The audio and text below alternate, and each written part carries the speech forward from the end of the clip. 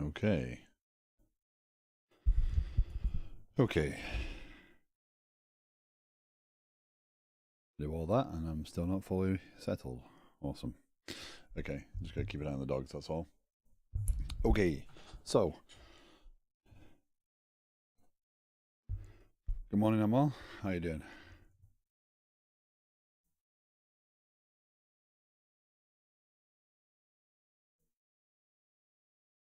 How are things?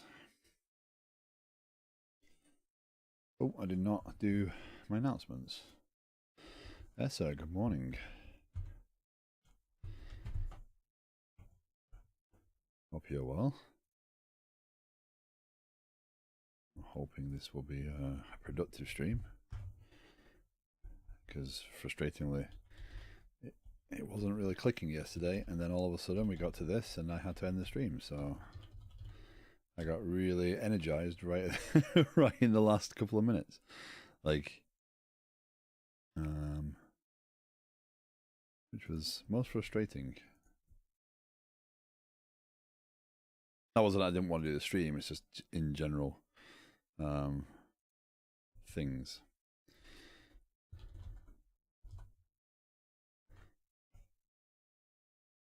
Okay, so I got that out of the way. I really need to set up a bot to do that, don't I? To do the automated, hey, I'm streaming. Come hang out. Here again. That is good. That is good.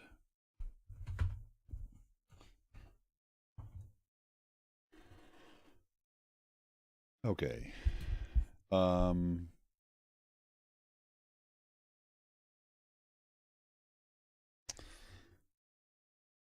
Housekeeping items. The poll is still active. I don't know if I think you voted, Essa. Amal, if you have an interest, on Monday I will do one of those coding challenges again. So the vote is live. I don't know if you've had the chance to vote yet. You know, if there's stuff I do that is of more interest or less interest, or you think the balance is good or bad, etc., I'm always interested in the feedback. So always feel free to post in the Discord. You know, how I can improve things, how I can make things easier. Like getting on YouTube, right? That was a challenge for me to get to, because you know I had to go and figure out the setup. But I think it has improved things. It's definitely pushed me further forward and exposed the content I'm creating to more people. So I don't think there's anything bad there. But I'm always looking for improvement to the stream, to the things that I do on the stream, to the quality of what I do. It matters very much. So yeah, feel free to provide any feedback. And if the coding challenges are not something you enjoy doing or watching, then I will definitely put them behind the group stuff more often. I only did it this time just to see if anybody was interested, but then I'd already decided I would schedule one anyway. Other than that, I think we're good to get started today. So, what is today? I've put it in as prototyping, because I kind of need to figure some things out. There's some questions I have. How many independent services will there be here? So I'm kind of still deciding upon that function, right? Because if let me say liquid sky new window. For right now, I have, let's say, in the application, I have teams, tenant management, and tickets, right?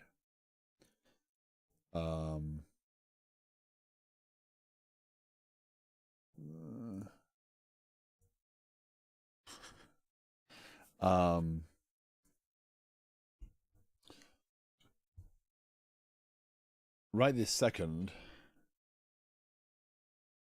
the workflow that I really care about is this one, right? Tickets, planning items, and stories. So if I want to just get to the act of being able to manage data, then roughly there'll be 3 independent services, right? 3 independent service components. Obviously, there's a lot of code involved with that. Why do you ask?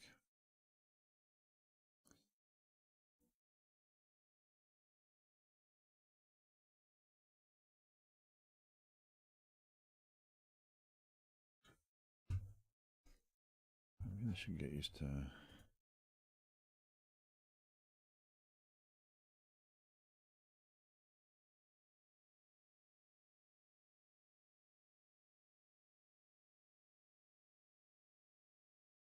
Place this in this diagram, which service connected to another one.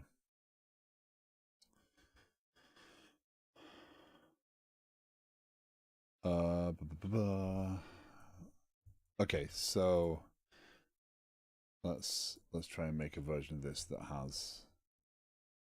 So you mean in terms of the general layout of the system, like what goes via Kafka, what goes via you're trying to get a better idea from my perspective how I'm thinking about the actual overall system.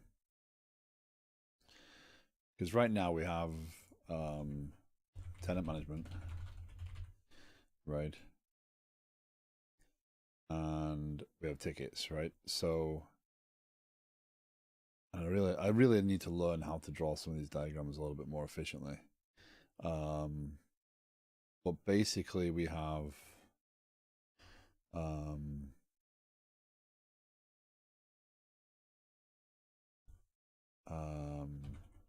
tenant, we have tenant user,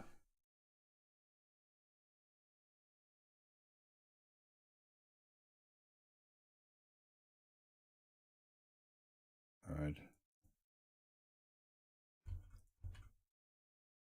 I'll have to do a bit more studying on how to accurately diagram the distributed system. So ultimately right now what happens is these items will actually go to all these services, right? Because tenant management is a core system that will publish these things, these pieces of data.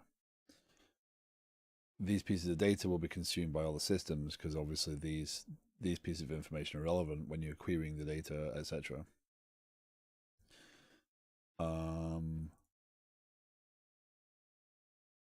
Need to do that. So right this second, I mean, obviously the other services are kind of to be determined. I kind of consider search as its own component, but it would consume things that come out of these things, right? So again, the drawing the diagram of this is kind of chaotic in terms of I'm trying to evolve the core pieces before I start worrying about too much about all the fluff that comes around the outside, which might be the backwards way of doing this.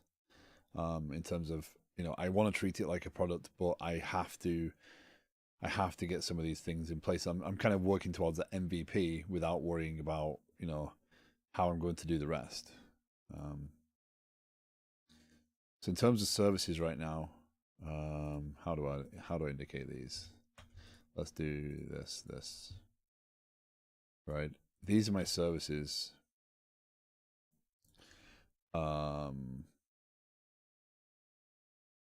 Essentially, that's an event, not an actual service, so that's bad labeling.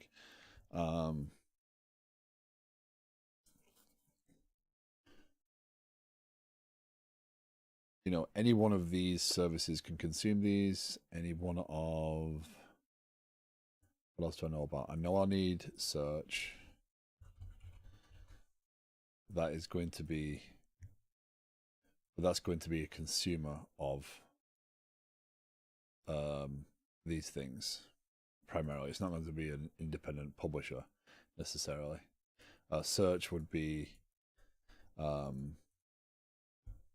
independent because and again, when I'm saying services, these are APIs, all the application logic, all those are independent components of the system, not necessarily just services, but they are wrapped up as a service. Let me know what you're thinking. So in the meantime, what I'll do is I'll go through kind of. So what I started to try and do yesterday was look at MassTransit. So I got some stuff off stream. Combination of their GitHub, ChatGPT, and their quick start guide, right? Got me to some message publishing. I also had to rewrite all my my script for restarting all the services, which also took me a bit of time. But basically, RabbitMQ is here, and I can see this ticket planning item promotion direct. So RabbitMQ you can use on its own. You don't actually need MassTransit if you wanted to. I think MassTransit on top kind of makes a little bit more sense. However, I'm starting to question that based upon what do I need from MassTransit, right? So the reason I'm looking at Service Bus here rather than using Kafka, I want to separate the concerns of generality, like the data, right? So in this case, my tenant management system, when I add a tenant, it publishes a tenant. When I add a tenant user, it publishes a tenant user, right? When I update the tenant, it will publish a tenant. It will not publish tenant updated, right? So there's not any direct eventing coming from the system. So when we look at the diagram from yesterday, the orchestration versus choreography, right? If I publish just pure events out of these systems, right, I can use this method, right? Because everything can react to events. The problem is, though, that in this instance, to think about this correctly, promoting a ticket is an action. It is not an event, right? This means nothing to this specifically unless it can do this, right? So if I say promote to planning item, right, that is a direct action taken in here, which should send a message and get picked up by this instance, right? I don't want to use Kafka for that because then I'm kind of going to put in a command or even an event of some form into Kafka, which feels unnatural right now. And I kind of want to separate those behaviors so that I'm not mixing. Dapper has many building blocks. One is why you didn't consider Dapper. Because it's a whole lot of infrastructure. And the one thing I've learned is that if I do that sort of stuff, people leave the stream real quick, right? So streaming it is requested not by the user agent or platform in current context. Awesome.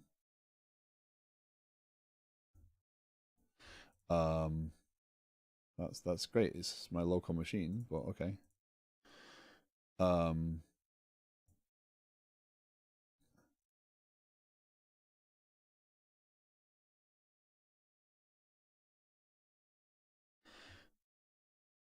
Let's make sure that kind of exports, yeah. So to focus on Dapper, A is to tie myself to that technology. B, it means that I'm spending a lot of time trying to learn that, and I don't know how to get the infrastructure configured for those things. So I can go do that if you feel that that's the right way, but I can't stream it. Is the challenge, right? Because I'm not sitting here because I only have 2 hours a day, right? To go off and do that would take me way more than 2 hours, and I can't necessarily take direction through the stream, right? So it makes for a very rough stream experience. I did the same stuff with the Kubernetes stuff. I did it offline because it started to consume a lot of my time, and that's actually why I stopped streaming for a little while. I actually was doing that and then realized that if I was doing it on stream, A, I could leak information. B, it's just not bored. It's not entertaining. If I was an expert in it, yeah, maybe. All right, if you go and watch someone like what's he called, the Irish gentleman, who I can't remember right now, but if you go and watch dedicated people, Duct Tape DevOps does the same sort of stuff, right? So why didn't I consider it? It's just sheer overwhelm, right? The amount of, and using Dapper as well, don't we then have a tight dependency on that technology? That's a genuine question. Like, what is your thought on that one, right? In terms of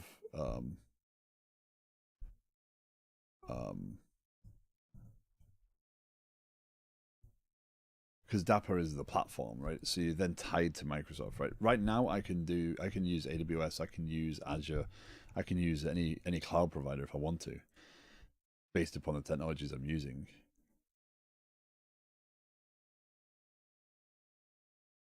So like, I could use Azure Service Bus, right? Not really.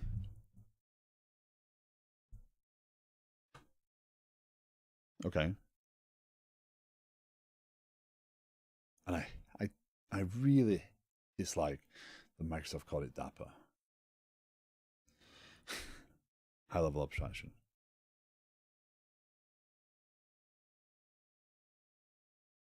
Okay, I'm gonna refresh that and hope that it doesn't totally balk what I did. I know it saved it. Okay.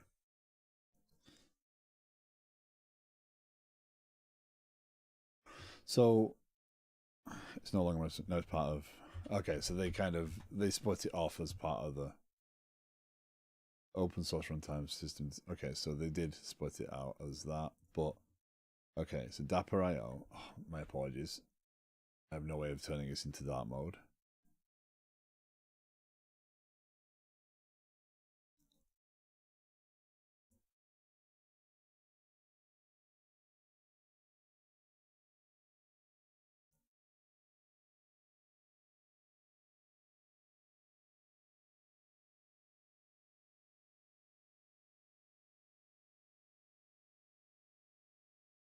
Yeah.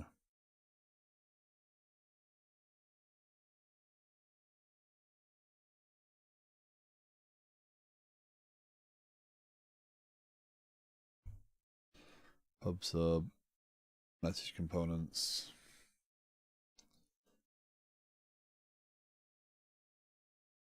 Uses Redis as pub sub. Because ultimately, I mean, that's a really good point. And I assume ESA, I don't know if you're typing something or looking something up or whatever, but because you asked about the diagram, the other services.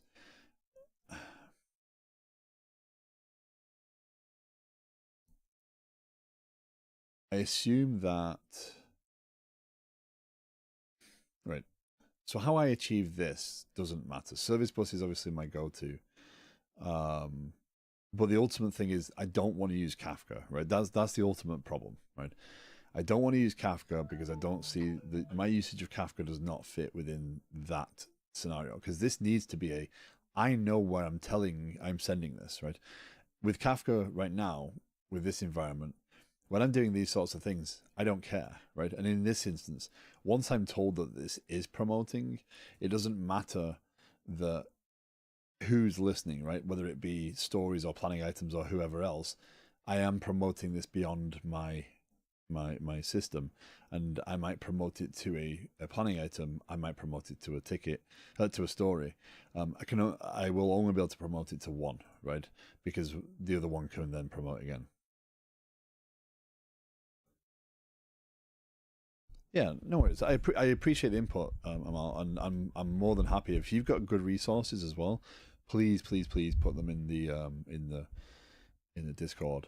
You know, this is a lot of technology, right? It's a lot of pieces, so I'm more than happy to entertain like learning and growing my use of the technology. My fear is on the what did I say? Did I say Discord? Yeah, yeah. So put any links you want in there that you think are useful.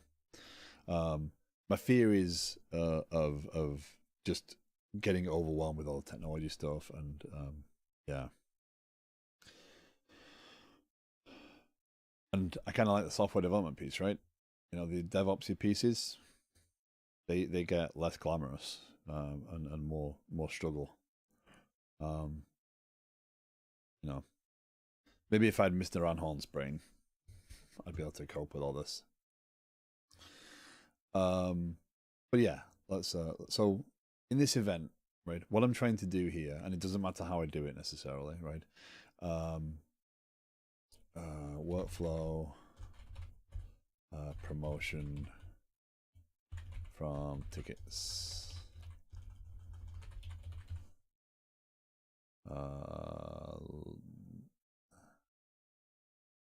My file, no, download. Okay. So how I do this does not matter, other than the fact that I don't want to use Kafka. So in this instance, where you know, Essa provided these diagrams, right? Orchestration versus choreography. Choreography, a set of events is kind of interwoven to result in an output, right? So we have order created. So our ordering system, we go in, we say, hey, I want to order this thing. Okay, that's fine. You can order it. The order is created. That is an event that is published. It's consumed by inventory, which now needs to decrement its amount and then puts the inventory reserved away. So that would also update the ordering system, would assume, because it would also need to tell it, hey, you only have this availability. The order created also triggers the payment request by virtue of that order created event, and then when the payment is taken, it pushes back in. So these can orchestrate, these can choreograph these events to result in what is ultimately a completed order, and then it's marked for ready for shipping, and then shipped, and then it completes the order and everything like that, right? This is great if we have workflows like this, but my workflow is closer to this, right? And they're demonstrating the same thing here, but they're using orchestration, they're using Saga, right? So the orchestrator is kind of the order. The Saga fires off things and then coordinates these events to then have a complete status, right? This is similar to what we did with the Saga, with publishing the tenant, right? Initially, right, where we needed those events to not fire unless certain things had happened.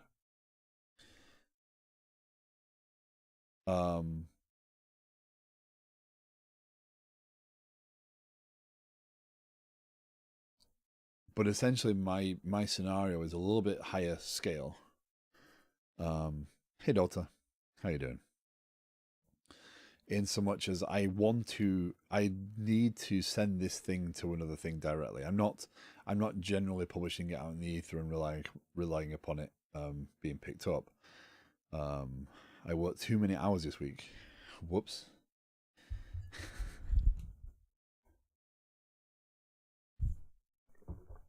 That just accidentally happened, or you got carried away doing what you were doing, or I mean, I hope you were enjoying what you were doing while you were working too many hours. If you just felt you had to work too many hours, that's not a good sign. Okay. Yeah. If you're working and you feel you have to, that's a different thing. But if you got carried away with what you're doing and lost track of time a lot, then yeah, makes sense. The architect told you to chill out. Were you trying to optimize? Yeah, good.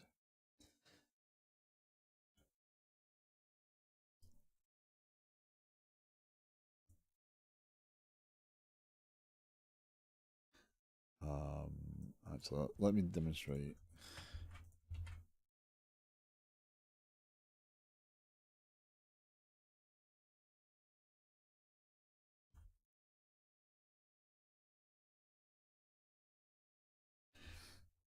I was looking through streaming. Yeah.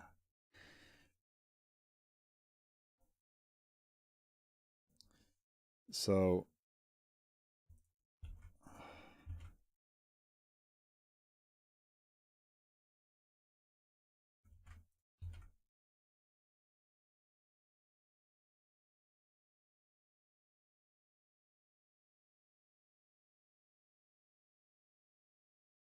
met some old Kodoe employee from Japan with senior firmware dev as his title.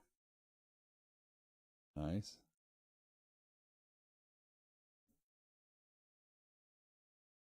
No, that ain't gonna work. But anyway, yeah, those also flow into these other things, right? So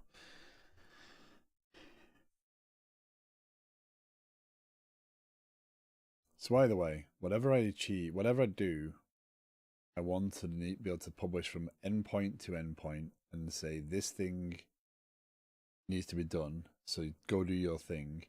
When it does its thing, I can enable publishing of extra data and trigger the publish of this information. So now this information can start publishing out of this system, and anytime it updates, it will not be published because it's actually enabled. That is the flow that I'm looking for, right? So it's kind of gated behind an action saying, yep, other people care about this information now, right? So if a ticket remains a ticket, it will never get promoted beyond that at this point, right?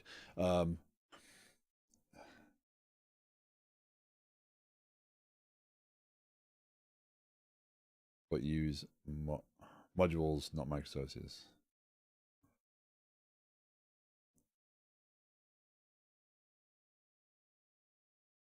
Yeah, I suppose I'm kind of referring to these as modules or components, right?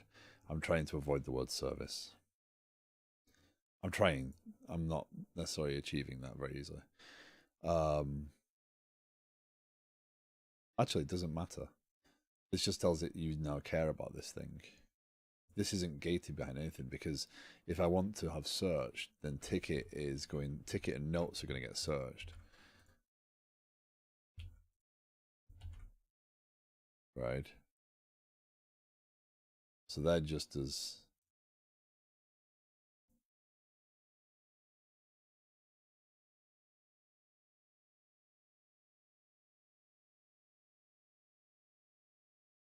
yeah.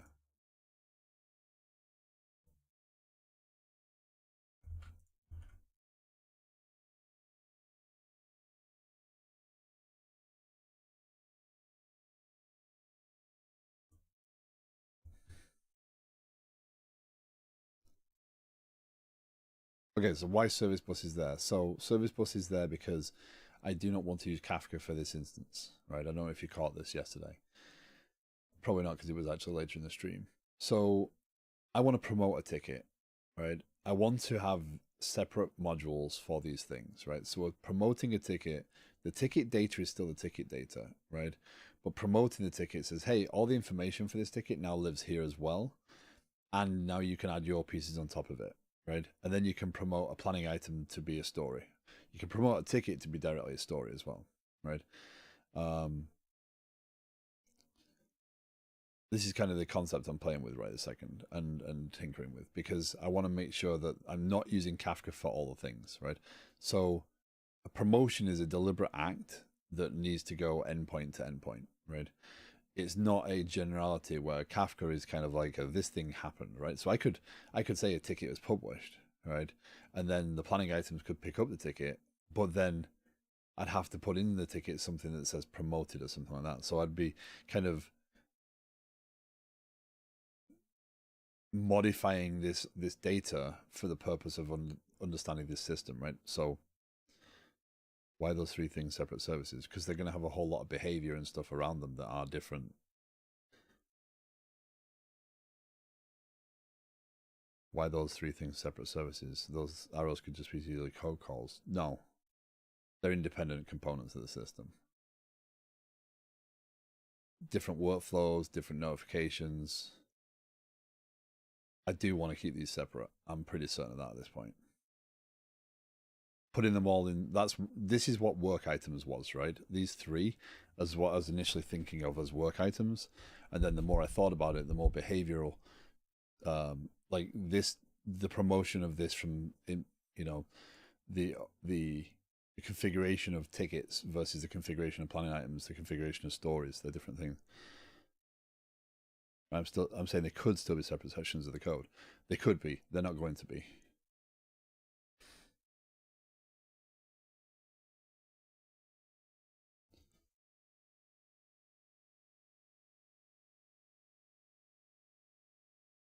What do you get out putting service bus, etc. between them?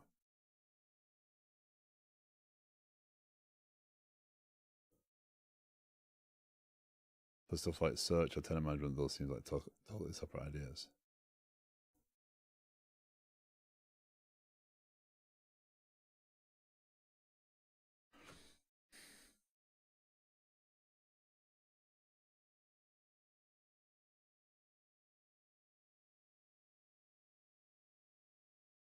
So having like a publish mechanism or something makes more sense.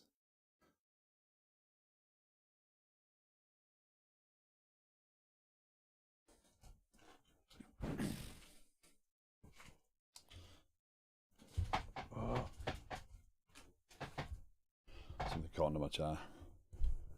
Those three things are definitely coupled. Coupled in that they can be sourced from the planning item can be sourced from a ticket. A story can be sourced from a planning item or a ticket. A story cannot become a planning item. A planning item cannot become a ticket. It is a one-way process.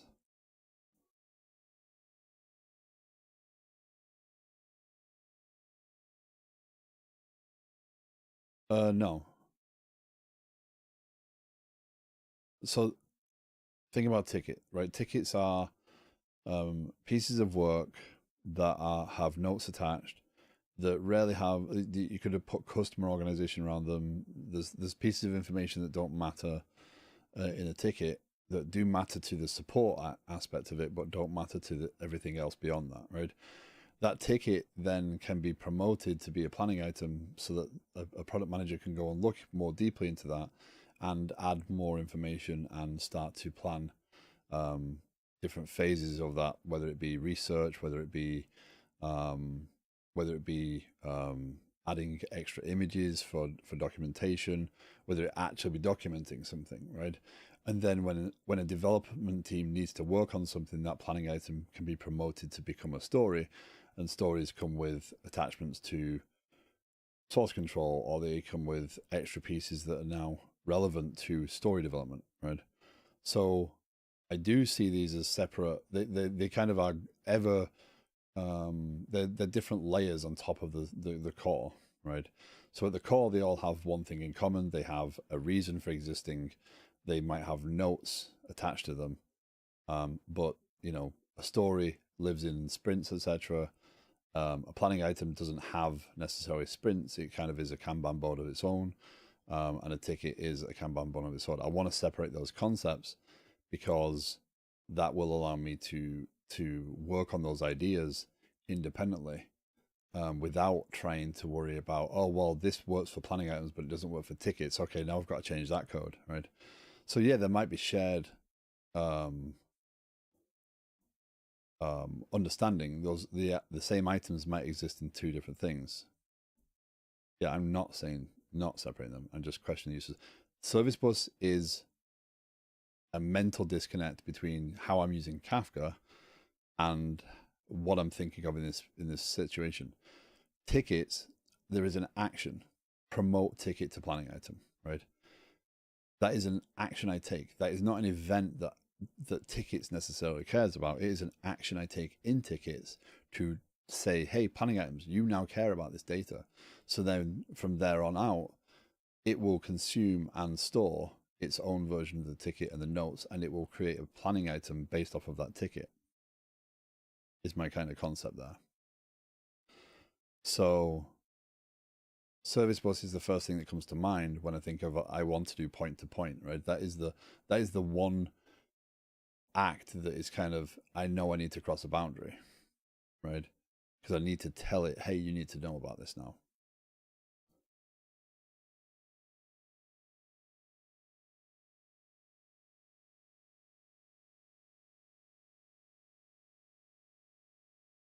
So service bus is, and that's what we're kind of discussing before, because I'm already using Dapper.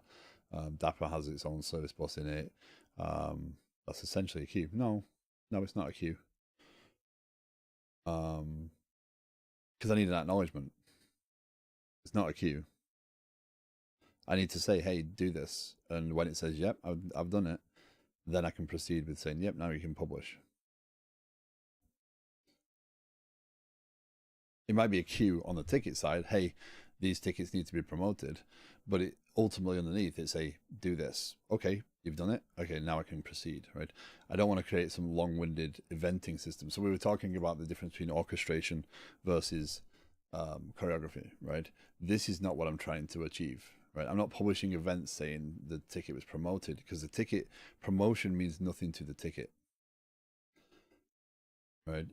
It's just a thing that we do. It's an action we take. It's not an event that happens within tickets. It is an action that ticket system takes, or component takes. It says, hey, promote this ticket.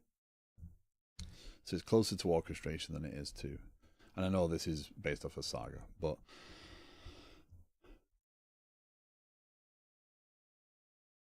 so service bus is just there right this second as a thought exercise in how do I separate mentally. So I don't, again, I'm not going to start using Kafka as a command handler, right? I don't want to do that, right? Because it blurs the lines.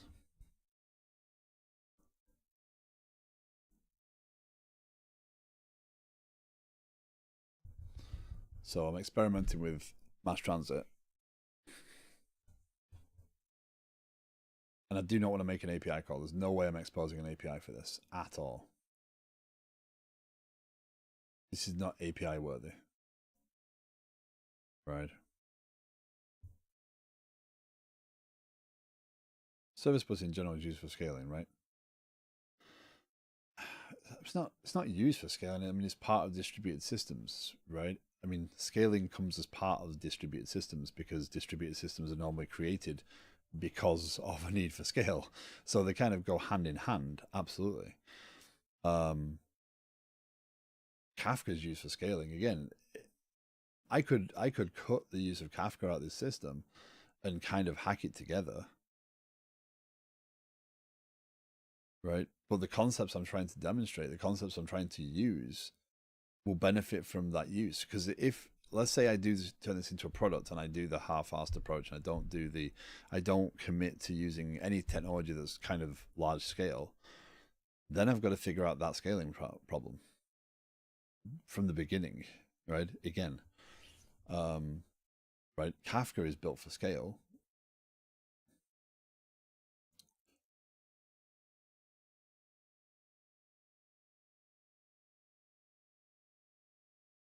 So my use of Kafka right now is, hey, this system is independent, right? You can always add service bus. I hate how it does that. My mouse seems to hover right over the last message. Right, you can always add service buses after the fact, though, if your architecture makes it easy. I could. I could add a service bus after the fact, but what do I do in the interim? Right? I've got to figure out that fact.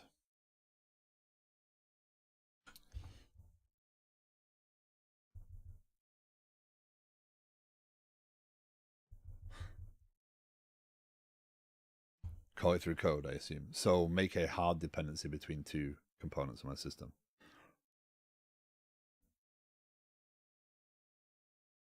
So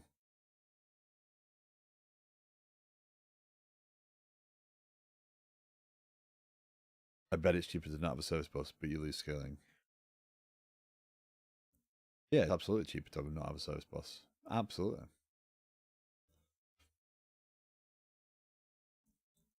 And that's kind of why I'm not just jumping in and coding, right? Um, the problem with that is, let's dream, right? Let's share my dream with me, right? Um, I write this software, and 6 months from now, we've actually got it to a point where I'm actually confident it's a pretty good product, right?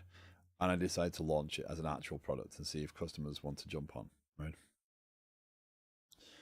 They jump on, and they jump on, and I get more customers, and I start to have a challenge in that I can no longer single-handedly develop it.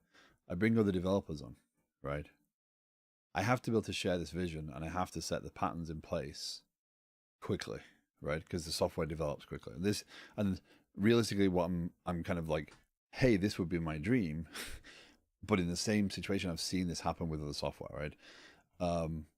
That hard link that was created between those two services, do you think that goes away very quickly, right? Once customers start piling on, It's harder and harder to engineer. Oh, we need more features. We've added more features.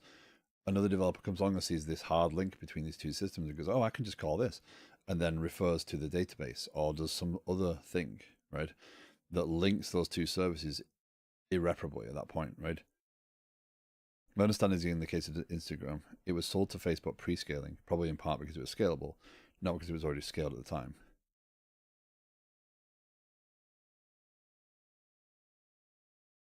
It was already scalable, right? The software was built in a platform manner that could, but that was always built with that in mind, right? It was built with a social media platform, and it was built to transfer images quickly.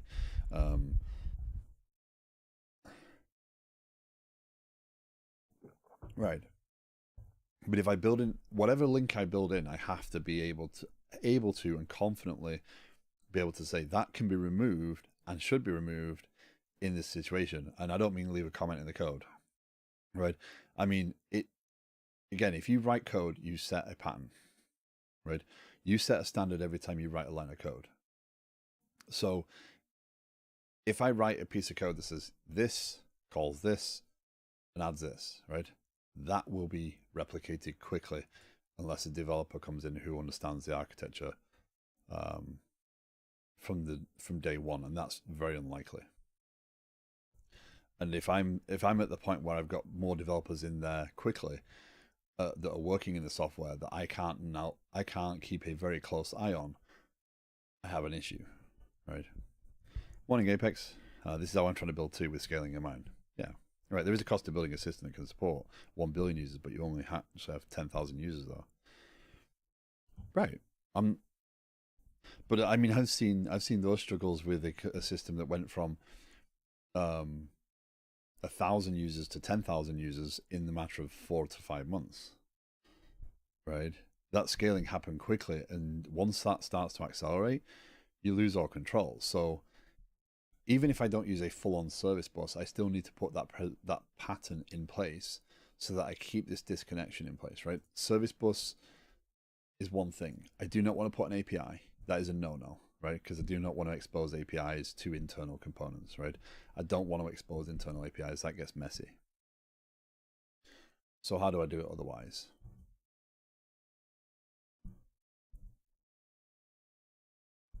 I think supporting at least 5 figures of scale is mandatory.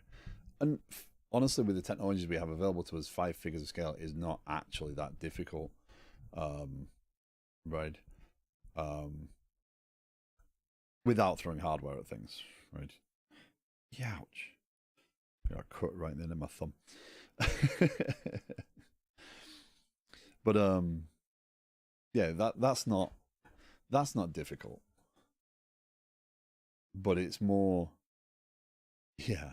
And I'm not, you know, I'm being real here, right? I'm treating this like I would my real software because I want to show that, right, there is a way to build software that you can, design properly, you can build properly, you can reflect upon, you can review, you can change, you should be willing to change. And I'm holding to those tenets. Would I like to make this an actual platform? Actually, yes, I would. I would love to make it a real thing.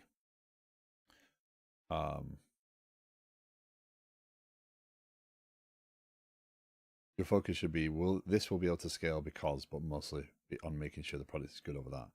Right. Well, and we're not in disagreement. I actually agree. I just, again, I only have the tool set I have, right? I only know what I know. And kind of Amal mentioned using Dapper, and I was like, yeah, that would be great, but that's an infrastructure component that, I'd have to spend significant time getting up to speed with.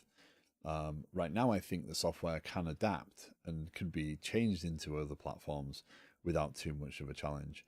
And at some point, I'm going to have to tackle the deployment story, right? I'm going to have to tackle that, and I don't know if I can or should do that on stream at all because that is really boring stuff because I've got to go off and learn. But with this instance, right, whether we use Service Bus or use some of the technology, there's a thing that matters. It should be able to disconnect, right? That's the major priority. It's not actually the scaling at this point. It's the, I do not want there's another word for this. I want to keep my usage of Kafka to the way I'm using Kafka. I do not want to use Kafka for another purpose as well. And a lot of people would argue with me that that's daft, because I have that technology. Why try and add more technologies into the mix when I don't need to? But the reality is that that separation of technology will also help with the purpose of that technology, right? So if I'm using Kafka for publishing things out of my systems, and I'm not using it to say, hey, promote this thing to this thing, because I'd have to put in infrastructure there, and I can use Kafka as a backbone for MassTransit, by the way, which I don't think I would do. I think I'd keep to RabbitMQ, so the technologies are separate. Or do something like that. So I see the point. I definitely see the point. I'm not debating, right? There's a balance here that I need to strike, right? Service bus might be too much, but I'm not linking these two things together. Afternoon, Mr. Jones. Hope your legs are awake. The important thing between tickets to planning items is that the two concerns stay separate, not the service bus tag. Exactly. Yes. They are. No stepping on any Duplo.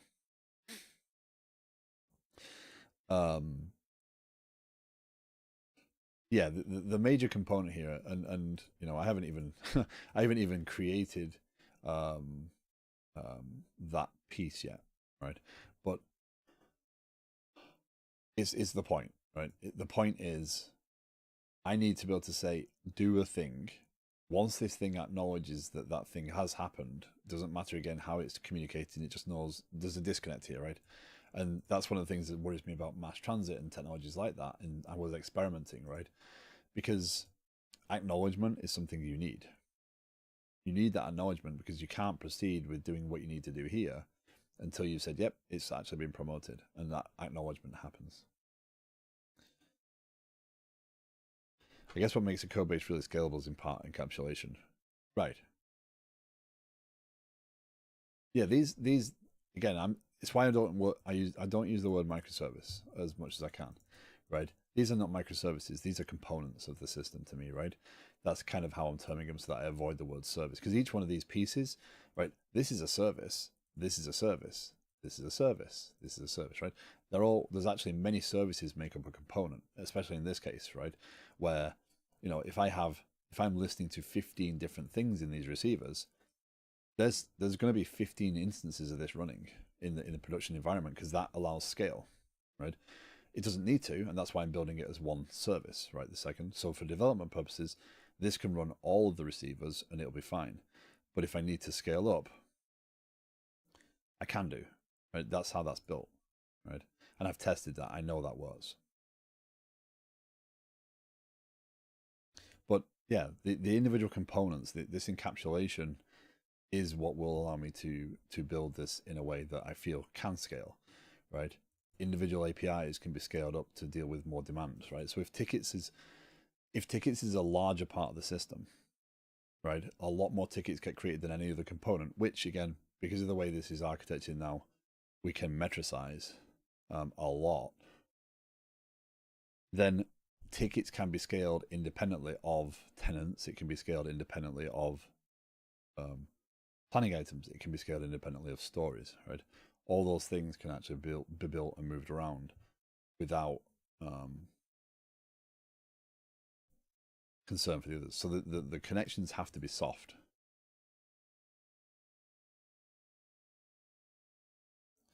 So service bus here is, hey, promote this ticket. Again, it's not an event. There's no need for this. I do not want to put on this ticket that it is promoted. Right? It's not a concern of this ticket, right? This ticket is the ticket. It's just data, right? So that's why I'm using Kafka there. This is a command because this knows it needs to promote. You don't need Kafka either. I don't need anything. I don't need any of this right now. This is imaginary software, right? What do I replace Kafka with? Hi, Junicus. How you doing?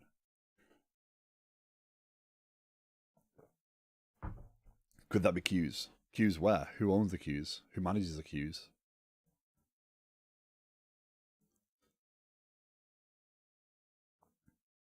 Or is that just a less efficient solution? It's not necessarily less efficient. It's just, right, you need something with topics at the minimum. Right. So you've got to be careful of not invented here, right? You've got to be careful of developing software that is solved by other things, right? Could I use something more efficient than Kafka? Everything that does what we want it to do, that gives us that separation, is built for scale. Because if you're using queues, you need to be able to consume from those queues, right? So I could build up a kind of faux Kafka publishing system that stores records in MassTransit in SQL Server, and then has consumers that can connect to it. But I've got to write all that infrastructure, manage that infrastructure, and if my application was to take off, and again, growth can happen fast, right? So the company I worked at when I first moved to the US, when I started, I think it was like 60 employees, right? I left 6 years later, there was 250 employees, and the business was the biggest of its type in the country, right?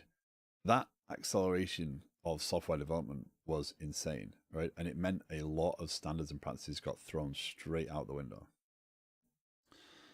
I mean, Azure has queues built, right? And I have to put the infrastructure around them and do all the pieces for my interaction with them, right? So, if you're building software and you're building it because you want to be the best, right? You want to um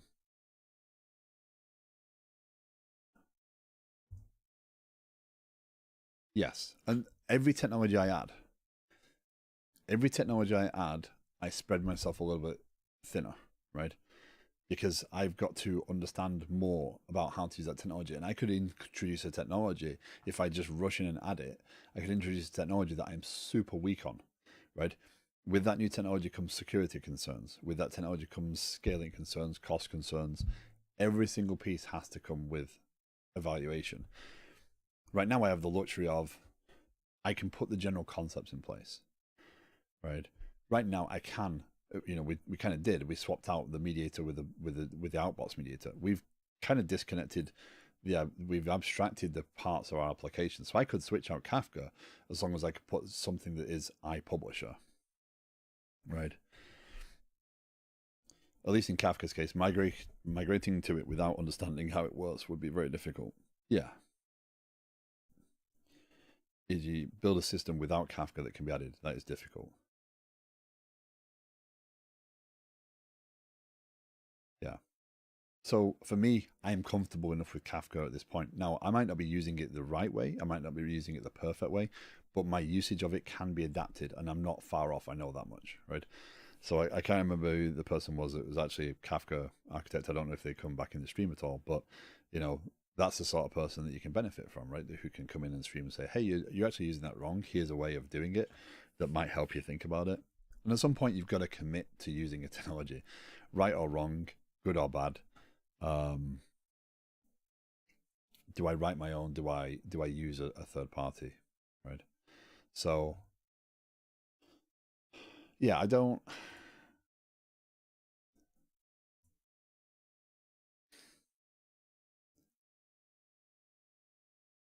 It might seem like overkill. It might seem like over engineering. Yeah, maybe the tech is so tied to the implementation you really cannot build without that. Then add later, right? And in this case, what I need to do is be able to say, hey, I need to send this information out, and things that care about it can pick it up when they're ready, right?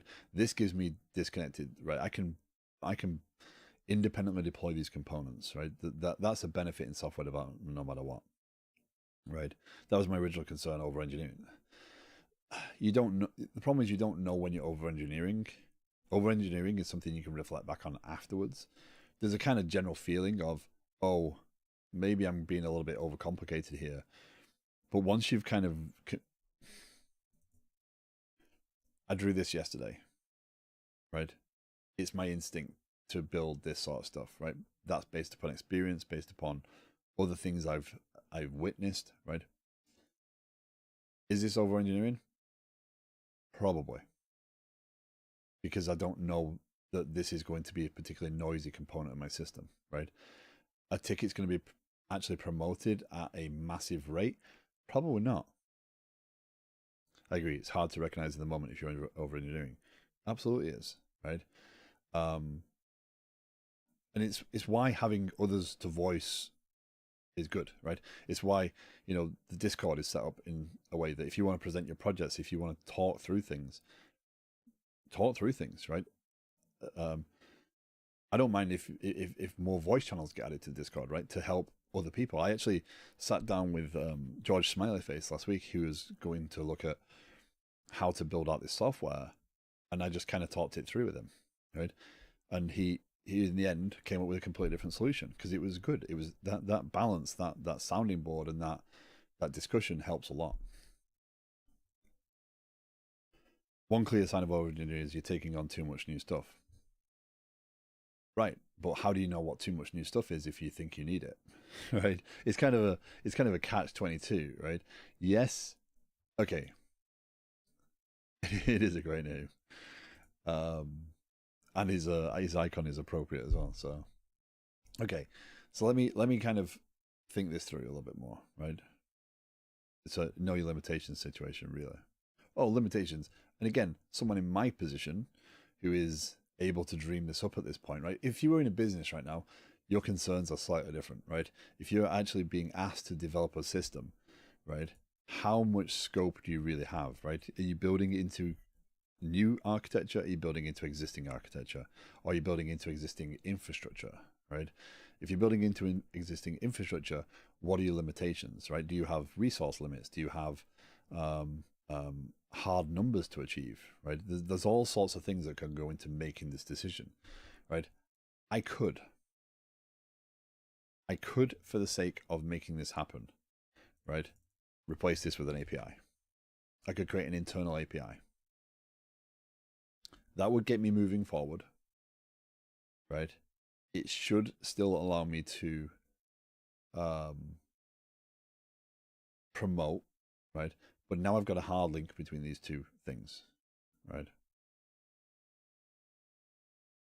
You build something really fast, that is way under engineered. You get it out sooner, but then it may be impossible to scale. The opposite situation is never gets built.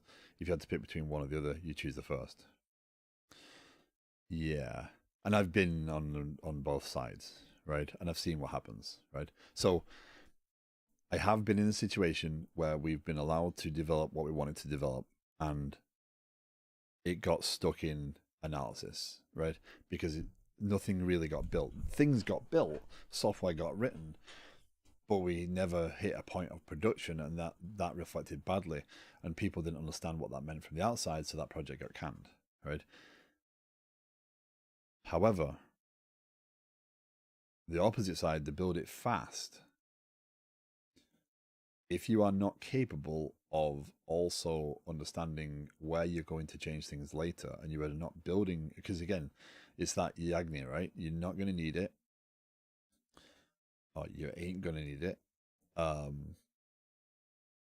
You kind of, if you build with that in mind, you could miss significant components, which then later on, when you're asked to deliver software quicker because you've now got a customer base that is now demanding of you, what do you do then, right? You can't just say, oh, give me 6 months. You don't have that luxury anymore. You've lost that luxury. So you've got to be able to build that software in such a way.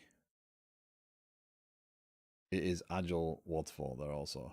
Well, I don't know if you've experienced it yet, but the moment a customer asks for something, agile goes out the window for a lot of companies, because that customer demands mean more money. That more money means more growth. That more growth means we don't care about the principles, right? So you have to fight and fight hard to stay on track with agile once growth is happening. It's like unit testing, right? Unit testing is great. TDD is great. But if you're asked to deliver the software fast, what do you do?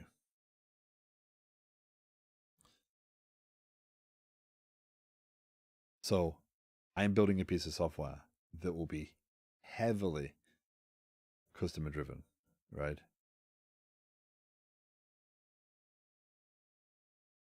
The first situation is Agile. Isn't Agile de facto? Not for business. For software development,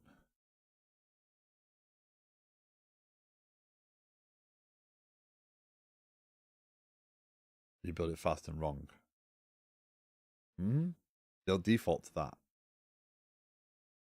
I wish I could say I haven't experienced that multiple times. No. Slow and right. No.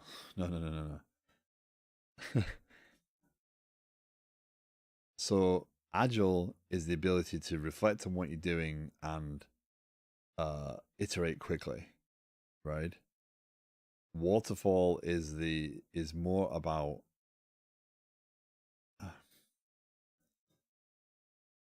Agile is iterative. Agile is iterative, yes, but it's not build it wrong. It's build what you know and don't build too much, right? So it's the Yagni, right? So if you're being agile, I'm reading at the same time as I'm thinking, which is not helping me here. I should stop reading the chat and read and speak, right? Waterfall is the problem is with waterfall, it might seem like slower iterations, but it's more the way the waterfall really works in practice is people just add more work and they expect it done, right? So waterfall often involves deadlines, right? They say, hey, I need this done by next week. Okay, thank you. Here's the work, right? It's that workflow is not respected. Agile has more process to it, right? Waterfall is not more planning. In experience, Agile is actually more planning.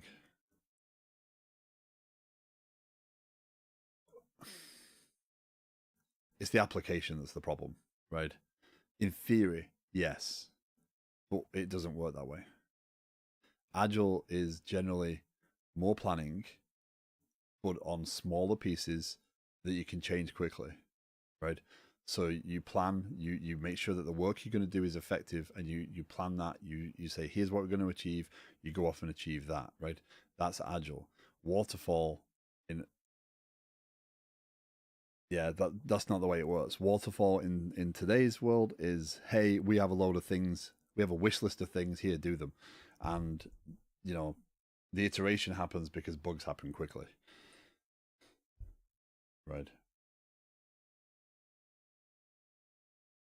And yeah, that's the problem. When a customer is involved, all business practices revert to money, right?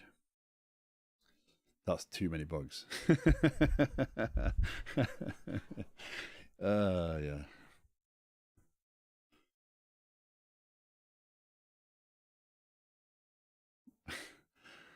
Yeah. It sounds like Apex, although a shorter career has experienced the horror aspects of this process already.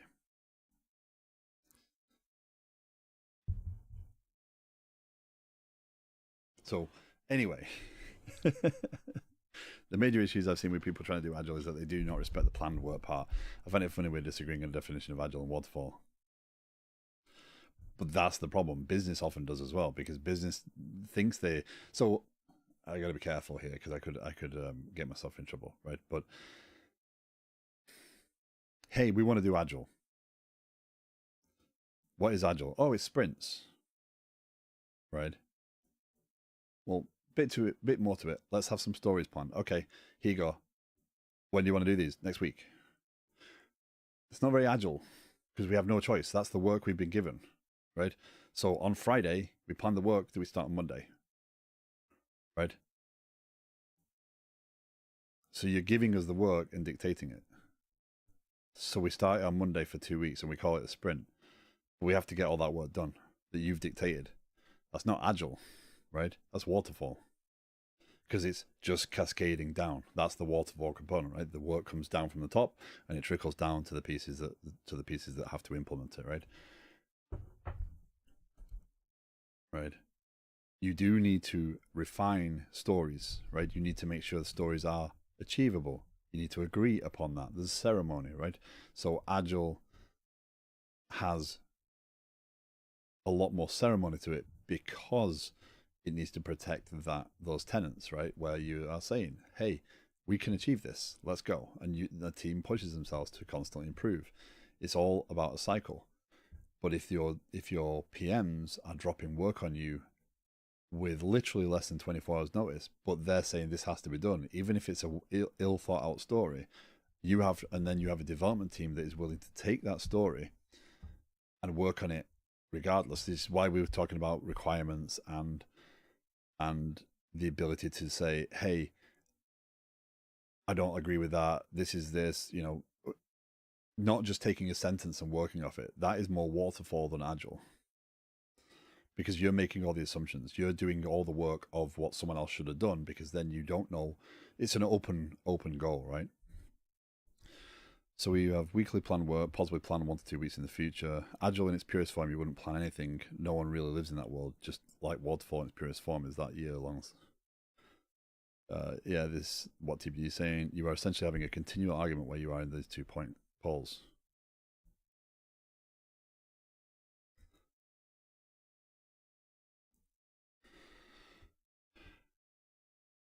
We've gone a long way from that original point. But unfortunately, it's not. It's a grayscale, right? Companies want to do Agile because it makes sense, but then they can't commit because they have customer demands. Customer demands often supersede all other things. So you need a strong management structure in place to hold to Agile and say to a customer, hey, we can have that for you. We just need to look at some priorities and we'll put that in our timeline, right? Visibility, communication. These are all the things that I see as problems, and this is what I'm working towards, right? This process is more waterfall than ours doesn't make it worse. Agile makes it easy to respond to customers. No, good communication makes it possible to respond to customers. Good communication, good visibility, right? These are the things that I'm kind of focused on, right?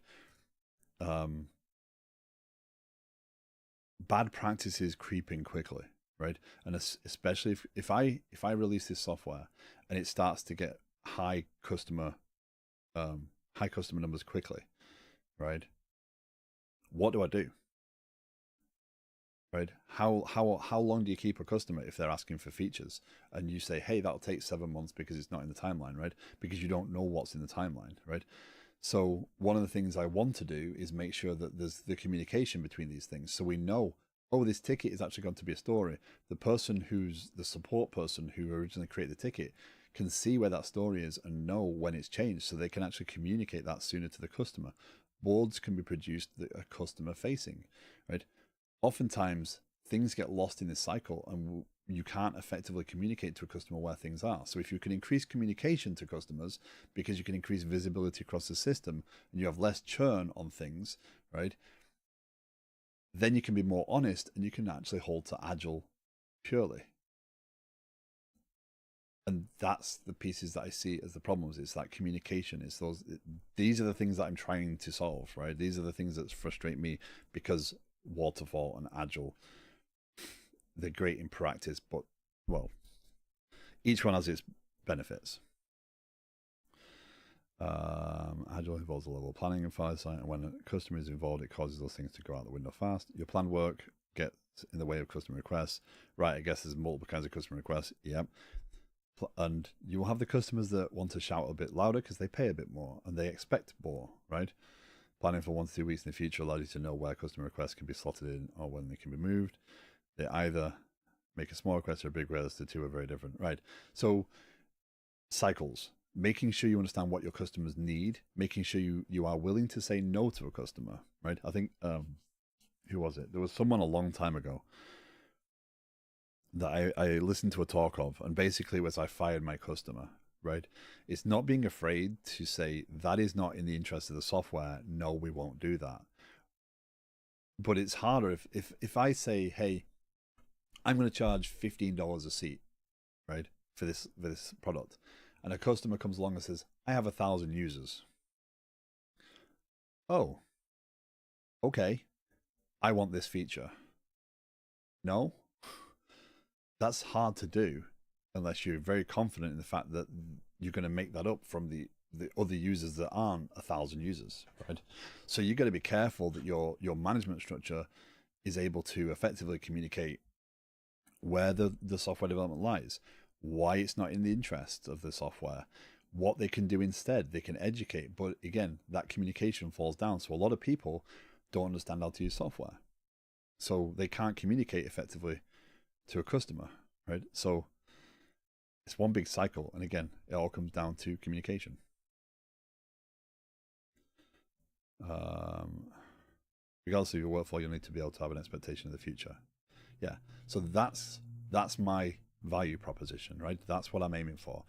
I want to be able to increase visibility, and really, that's the reminder you stick in there. Streamlabs. Um,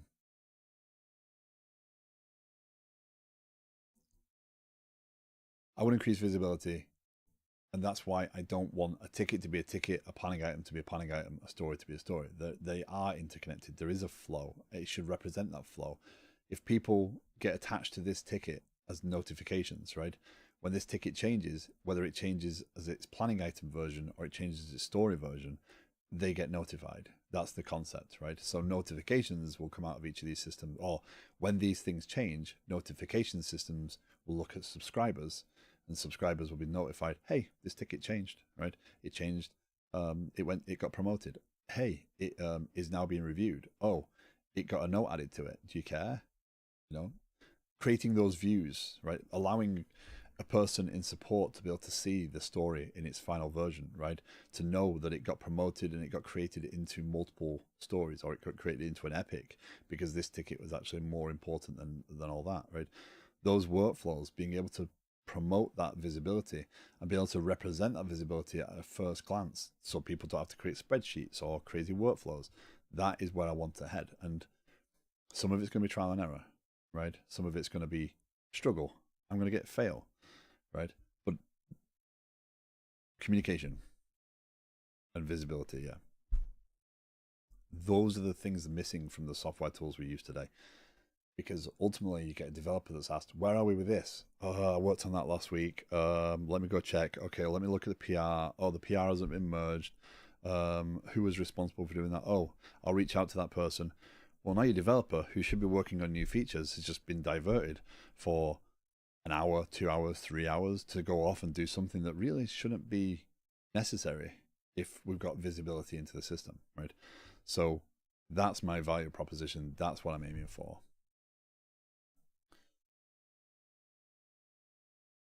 And this entire conversation, I should make sure I cut and and save. Um,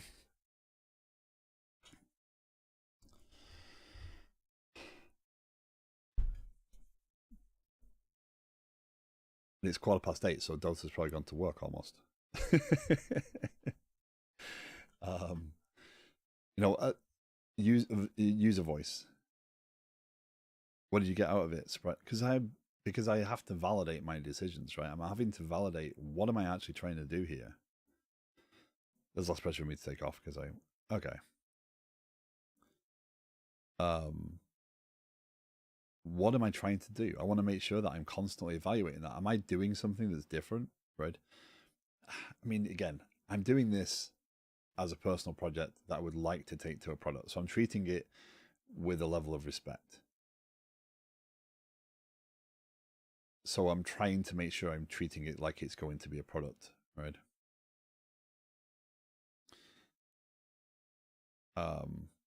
So I want to keep validating those decisions. And again, I'm building this a little bit more ad hoc than I would like, but I don't see the benefit in spending weeks going through planning every item on stream, because it's, you know, I'm going to develop this in a waterfall style for the beginning until I can actually put structure around what I'm actually aiming for, right? I have a new feature I'm supposed to be working, but a part of a feature I pushed to our largest customer doesn't work. Ouch. Yep, when I was working, this was our biggest issue, time takeaway. Yep. So people going around asking things because tickets weren't being updated. Right. So the review date is a concept of this that will be it's never optional, right? A review date, every single item will have a next review date and it will have to be set. And if it's set, it will notify the people involved. And if they don't agree with the review date, right? Like my plan is to be able to say, hey, I want to be notified directly of these things. I want to see things in a feed for other things, right? And be able to configure high priority items, right? And evolution of things, a ticket might start off as a ticket. It might get promoted to a planning item. That planning item might produce a lot of output, and those items might create many stories and roll up into an epic, right? But that ticket still has to have a link to those things so that when these things change, that ticket, the person subscribed to that ticket is also notified of those things. So that's going to be a big challenge to figure out those links and how I design that data. It doesn't work due to scaling issues on the largest customer. Ouch.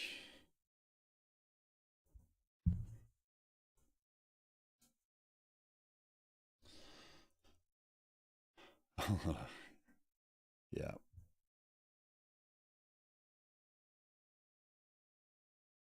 Well, maybe someone had used MassTransit. The notification system is going to be wild. Yes, it is going to be wild, but it is going to be something that I really focus a lot of energy on, and that will be my differentiator, right? That will be the part that I probably don't show all the secret sauce for. Although, considering the scale of it, I don't think any of this is going to hurt on stream. And if someone wants to go out and develop this before I actually achieve it, then, or as normally happens, Jira will come out with a version next month that does all that. What's another Jira in the world?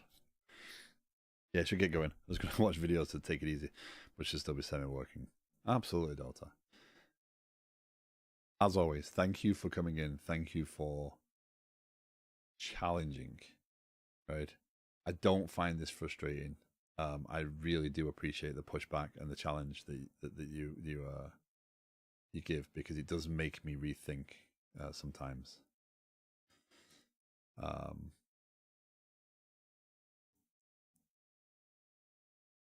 Yeah, we've had a lot of good discussions around this project, so I really feel this was the right choice to do on stream. Yeah, don't forget to vote. If you have not voted on the next coding challenge, I will do that on Monday. I'll start at the 7 a.m. time still, so it will only go an hour longer than normal, but yeah, hour-ish. Last one went 4 hours. I can't really do that. Yeah. You're a US company, right? Or do you not get, does it work in that you don't get holidays like that, but the US company does?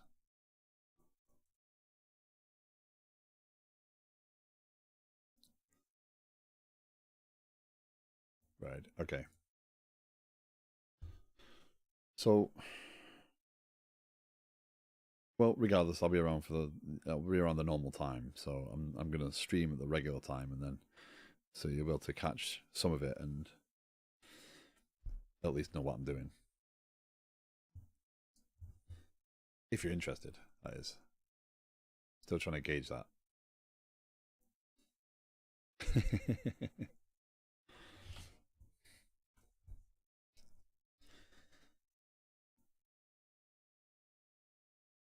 No worries, though. To take care.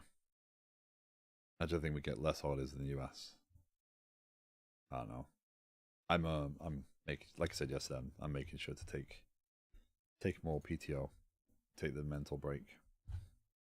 That is an important part. Okay, so service bus. To Dota's point, do I do this right this second? Am I being stubborn by not doing this? is this the right thing? Is this too much technology? I could do something simple for now that does exactly what I want it to do, triggers all the right pieces,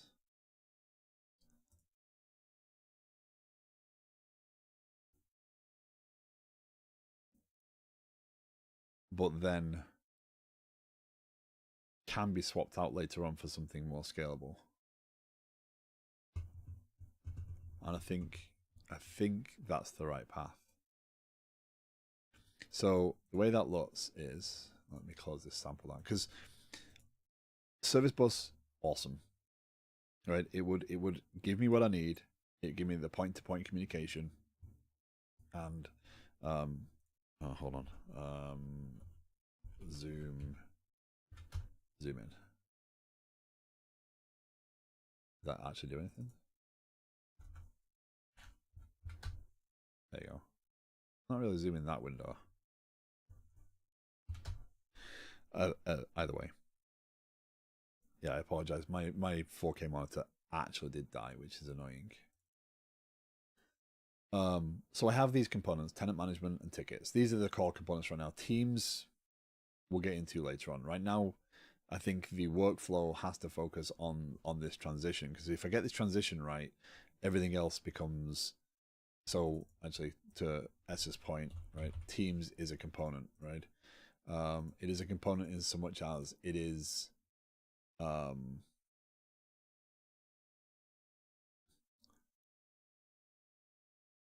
organization of things that would actually apply to notifications, etc. So there is a core concept there.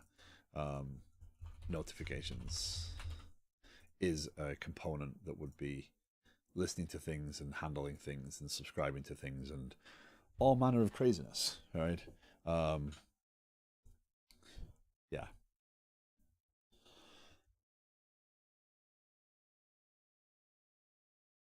So anyway,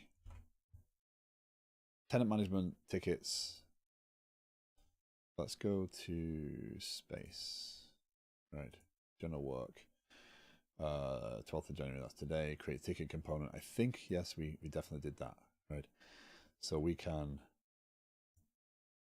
how do you close this?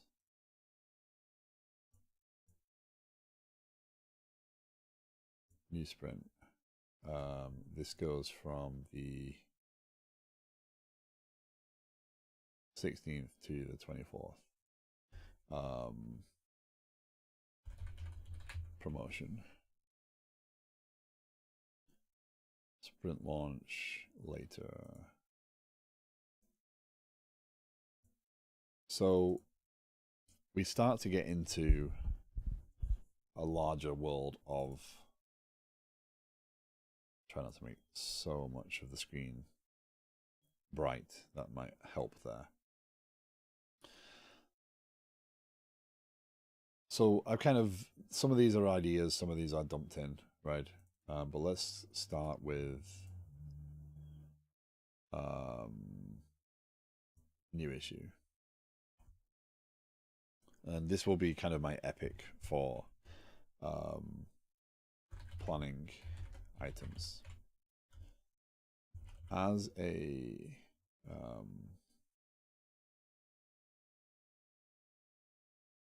product manager, I'm going to have to get into personas at some point, if only just to help describe some of these people, right? So the use case here is product management has been asked to look at a ticket, right? The developers have been asked to look at a ticket by the support component of the company. The support people are like, this needs to be looked at. Developer says, this is actually not implemented. We can't do this. This needs to become a story. The product manager comes along and says, hey,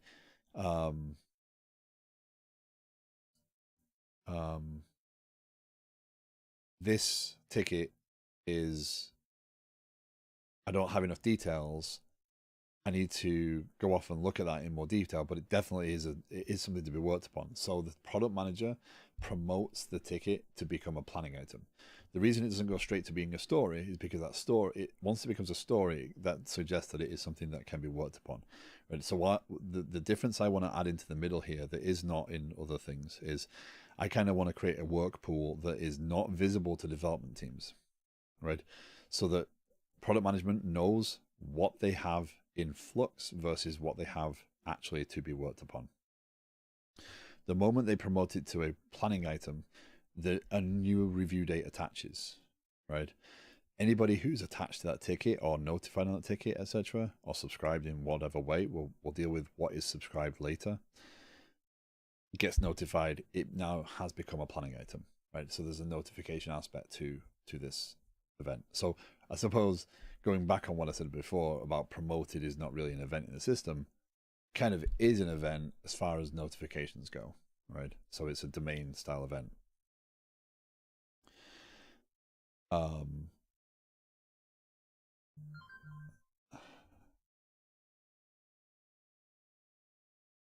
But so the product manager is the one that promotes this to become a planning item.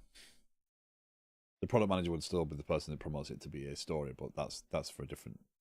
We'll tackle planning items first, verify the process. Once we're comfortable with that, then we'll come back around and do story, right? And I'm evolving these because I want to make sure that I'm validating what I know and what I don't know and what I want to do at every stage. So the irony here is that I'm working in a more waterfall manner purely because there's a lot I don't know, and I have a hard choice. Do I want to stream it? If I want to stream it, I can't spend weeks and weeks and weeks and weeks thinking through every single piece that I want to do, plotting them out, planning them out, preparing the stories, because it will just be dull. And my stream is hardly high entertainment at the best times, but it would be even worse if I went that path. So as a product manager, I will be asked to review a ticket by support members, support team, when they feel, or developer, when they feel that a ticket no longer fits as a support ticket and should get dedicated development time and effort. If the ticket requires further planning thought, then as the product manager, I should be able to promote this ticket to a planning item. So that's the high level of why we need to do something, right? So there is a use case. What does it mean?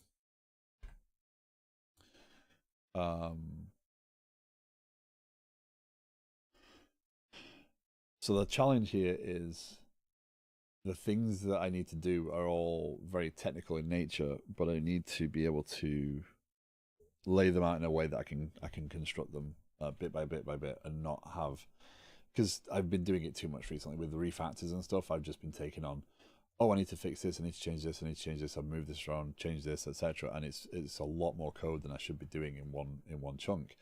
And every time I do that, I risk adding more bugs into the system, more problems. So as a product manager, I should be able to invoke an API that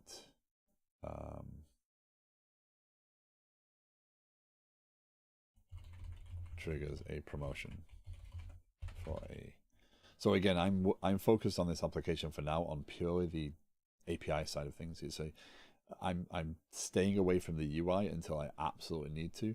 The reason being, I don't want the UI to drive my design decisions in the back end, because the actual purity of the systems matters to me more than, oh, I've kind of created a problem with this UI that I now need to have this information here or there. I can figure out those challenges later and ask myself harder questions when I come to UI. But for right now, the API is more pure. I should be able to invoke an API that triggers a promotion for a ticket, right? So what does it mean to trigger a promotion? You know, these are, so I'm going to create individual items out of all these, right? As product manager, I should be able to see planning items. Actually, we get into an interesting chicken and egg here, right? Let's just go create for that one for right this second, right? Invoke tags, planning items, promotion.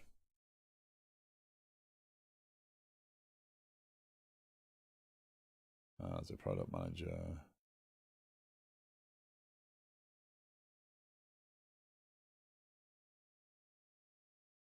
Planning items, sorry, I'm an idiot.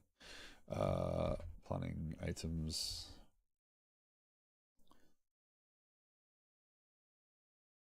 So, planning items. I kind of need. This is not planning items. This is as a product manager.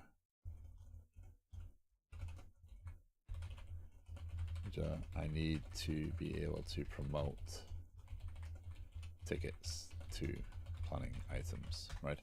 This is one story. There's another one. As a product manager, I need to be able to create a planning item, right? I've kind of skipped over the fact that planning items exist. So if I didn't do that other, if I did that other story and picked it up, I'd be like, oh, well, we don't have planning items yet. Okay, so we have a need for an entire application infrastructure, database, API, everything needs to exist because of we need to promote it. That seems like a lot of work. That seems like two separate things. When I know that I need to be able to create a planning item, right? So as a product manager, I need the ability to create a planning item. A planning item should have a review date, a title, a description, a review date. I think that's a little excessive. What else would that need? So, review date, tags would be one thing. Yeah, we'll go with no. For right now, I'm going to go very basic. So what I'm thinking over here is you have an initiative, right? Or generally what we might call an epic, you might have an initiative, right? An initiative would be we need to be able to plan items, right? That would be my initiative. That would be the planning initiative. Of that, there might be several epics, right? An epic such as, hey, I need to be able to create planning items, I need to delete planning items, etc. These are stories that live under that individual epic, but that epic is a component of an initiative, right? So it's a logical grouping of types of projects or types of work. Initiatives would spawn from planning items. They'd be owned by planning because that is a product concern. They would get promoted, they would get published into stories, but they would not, tickets does not care about initiatives, right? Because it's attaching that data. Again, this is about a one-way workflow from tickets through to stories, right? There's no backwards, right? You don't get to say this story actually it should be a ticket. You close this and create a ticket, right? And this terminates and starts again. Because there's no reason why a story all of a sudden becomes a ticket again, right? That ticket to story flow is unidirectional. Yep, no worries, Apex. Thank you. I need some bot stuff and things for alerts and yeah, just to acknowledge those things. So, like how the conversation went from zero to 60 to if you're joining the stream, I see there are viewers. I don't know who's in here. If there's just lots of lurkers, or you actually are watching the content. If you are looking at this and thinking, I have questions. Why would you do this? What is change? What does this mean? Just ask the questions. I don't mind diverting when I'm on the stream. I am working on this off stream as well, so I can get my productivity done in my other time. But the purpose is it's just background noise to me at the minute. Well, thank you. I appreciate that.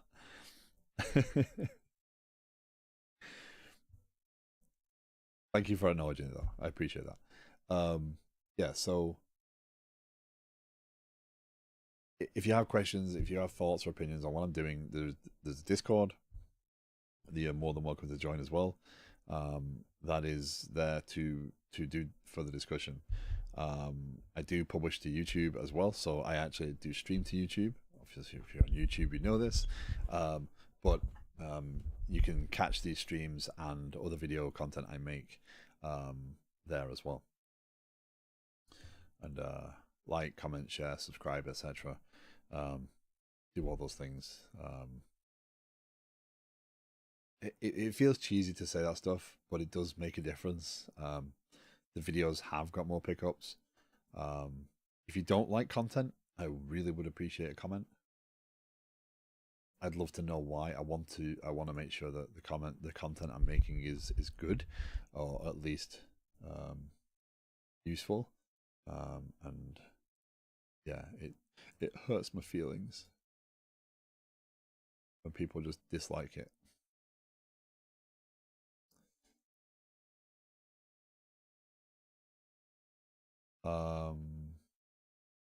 Anyway, back to it. Thank you for being here. I do appreciate it.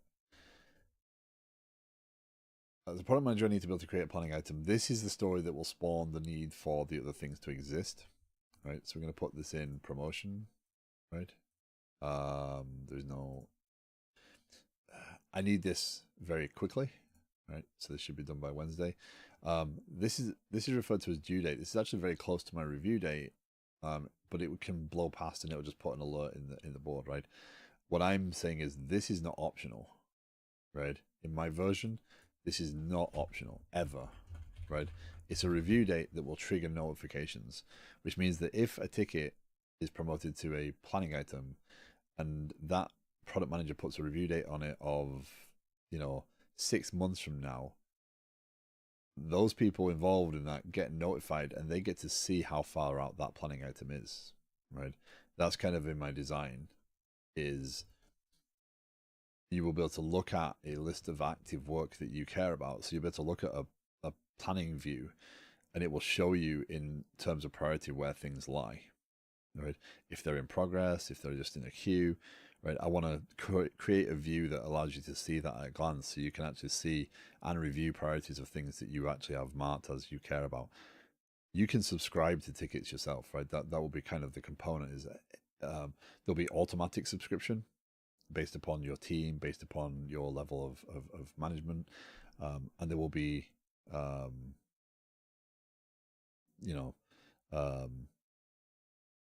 voluntary subscription, right? Where you can choose to subscribe to other things that maybe you kind of care about, but don't need to be directly notified about because someone else has got that. So this is not an optional field. This is optional, right? So review date, due date are not the same. Review date is the next cycle this thing should be reviewed, and backlogs will not be orderable. They will be ordered by the review date. So if you think that something should move up the backlog, you have to... I might attach a priority on a story or whatever, but because obviously within a review date you might have 6 items, but there's a priority to them as well. So you might, P1, P2, etc., and then it will sub order, but either way, that is the only ordering I want to provide for backlogs. I do not want backlogs to be provided by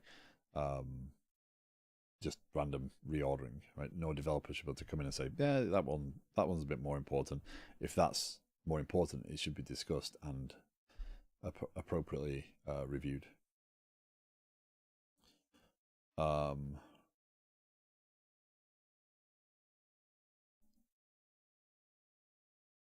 Okay, so as a manager, actually, did I put? I need to be able to create a planning item. So that is planning items.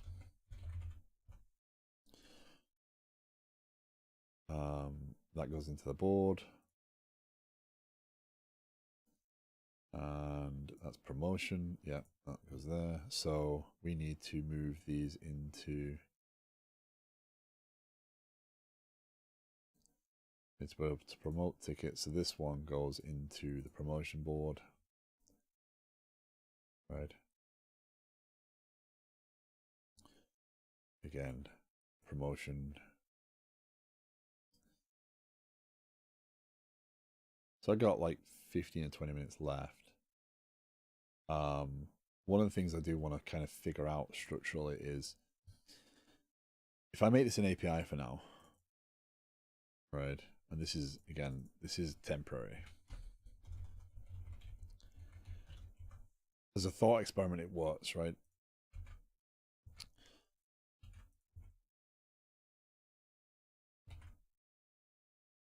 So the workflow will look something like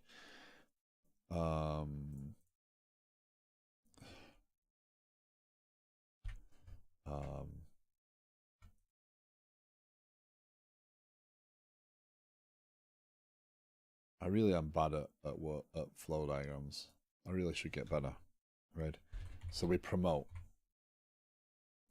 That will then create a, it will go to, it'll create a planning item, right?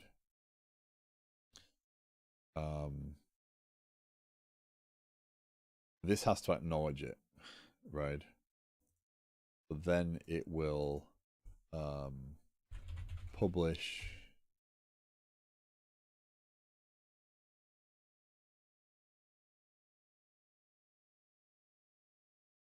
promote, create planning item.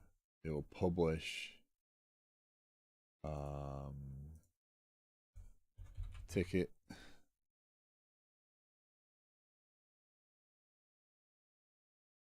It will publish notes.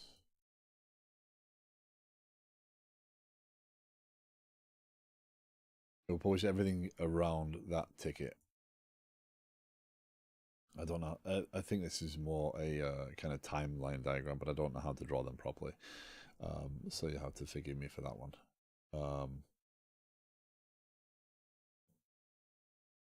Diagramming is something I use generally to get my thoughts in order rather than actually make any form of sense. So I do apologize if my diagramming is triggering in any way. But a promotion creates a planning item in the planning, and this is in the planning system, right? This is the planning items. This is in tickets.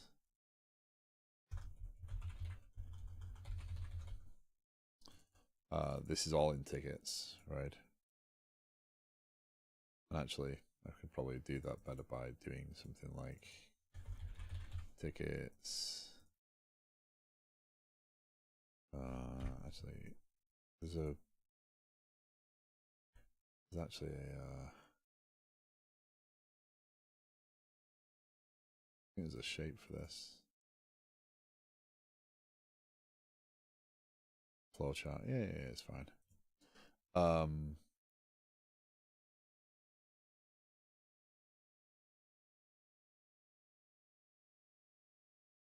Send backwards and two back. Line dashed. Right. Tickets. there. There's a way of pushing it to the bottom, I'm certain of that fact.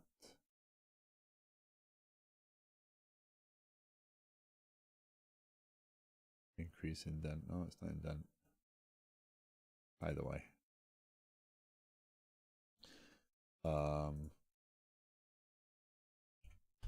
That's slightly healthier, right? I don't want to mess around too much, but you kind of get the idea, right? In that I am crossing across that boundary, right?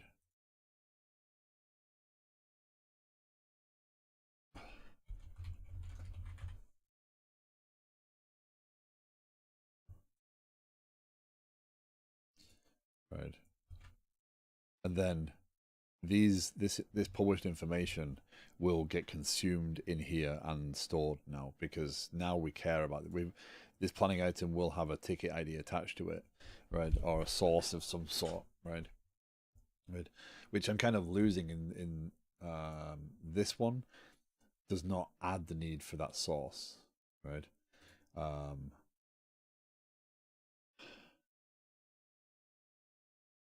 This one, this is multi-part, right? So this is an API from the ticket side that I can invoke to do the promotion. An API, right?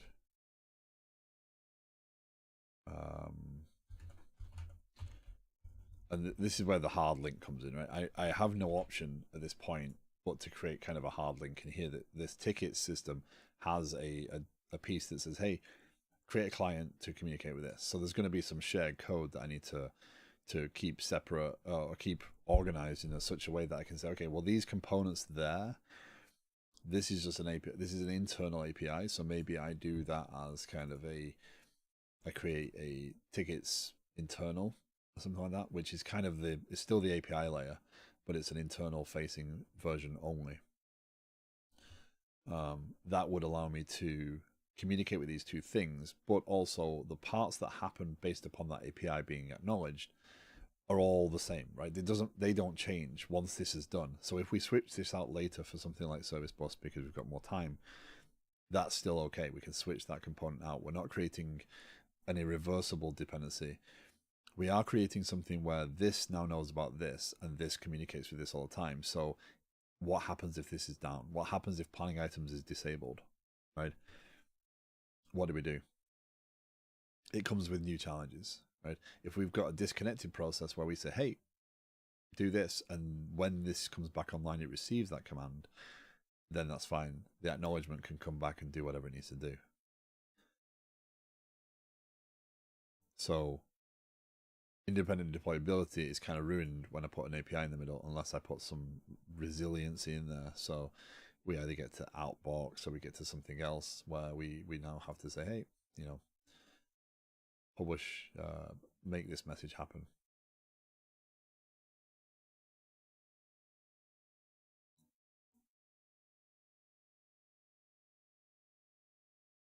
So yeah, that is not necessarily clean.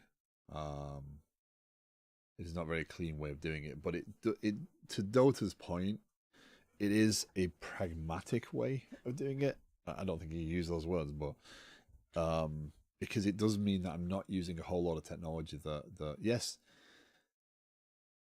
it would be cool to do, but I'd rather do something and move it forward as a concept right this second than I would. Because what I did is I actually did I did prototype some stuff, right? I wasn't completely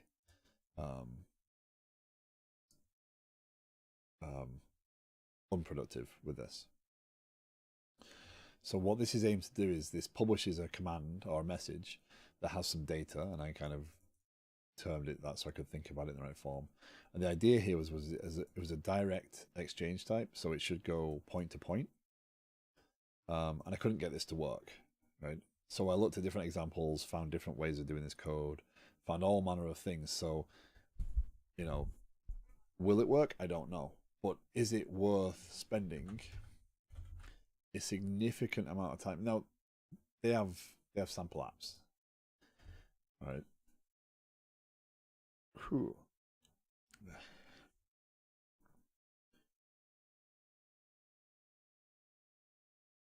So this is sample direct, and I figured that was the right one. They have sample outbox, but again, yet another complication, and also their sample outbox seems to merge in entity framework and all sorts of other things, so that becomes more of a management challenge. Sample showing how to use direct exchanges with routing keys and RabbitMQ. So, what benefit does direct exchange have for MassTransit?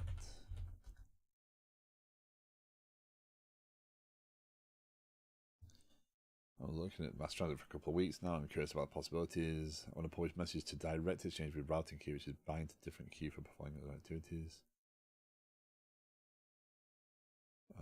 But I've got to learn concepts like fan out and things like that.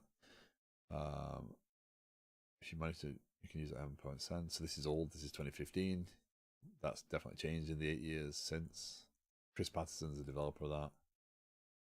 When did I meet him? I met him first. I think I met Chris Patterson and Drew when I went to one of the original, not before it was Xamarin, the Mono Develop conference, the first one. I think I met them there. But either way,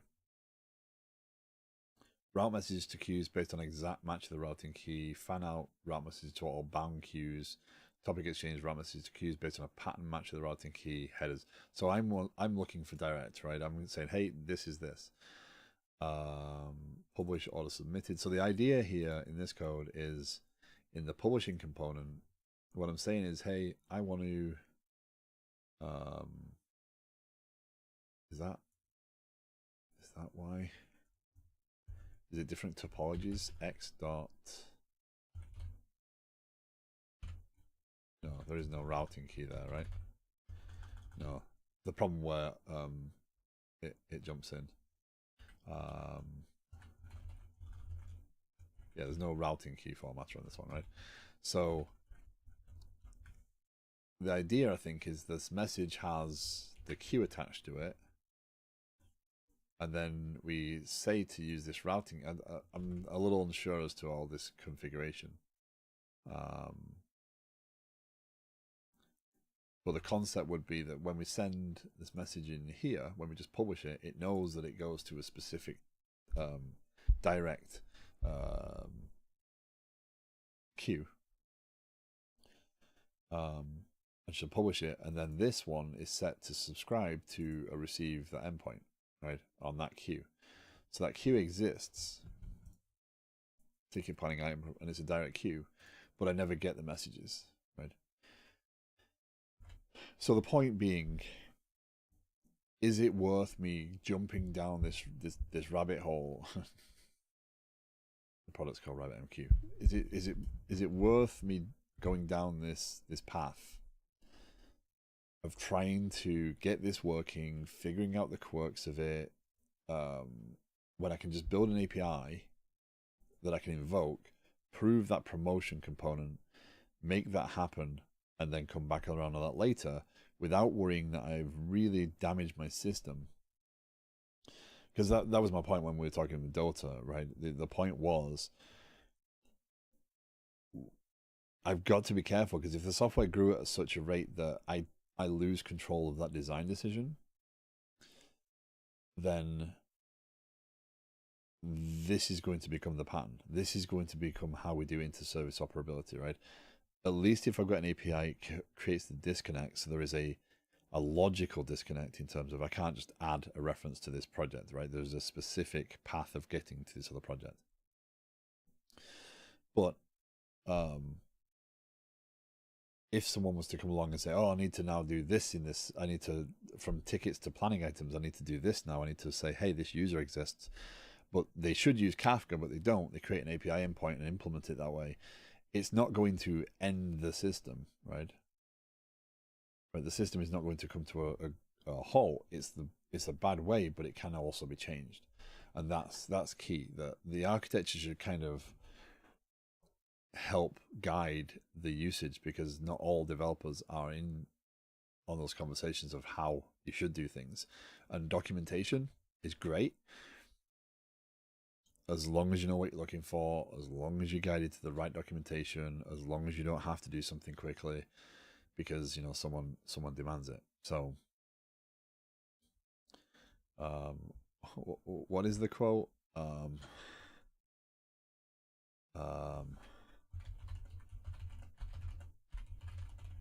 Was it Mike Tyson that said this?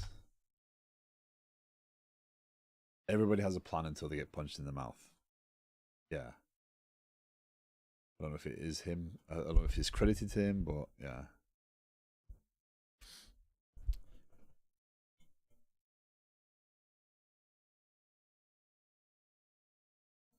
Why not write a message queue abstraction then that you use like IQ Publisher and maybe IQ Subscriber, and then you implement initially with an API, but later can change it to the queues? Yeah, that might be a good way of doing it, right? We can definitely go into it that way. I mean, the primary point there is just to be able to disconnect it mentally so that we can I can come back and swap that out later and retain all the behavior on either side of it, right, without too much effort. So I should only change the publishing component and the receiving component, and everything else should function without any further effort. So yeah, IQ Publisher or whatever. And I kind of do want to describe the difference, because right now Kafka I'm using for, like I said, global distribution of data. I'm not using it for point-to-point communication.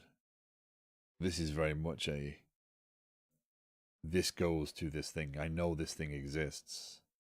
The link might be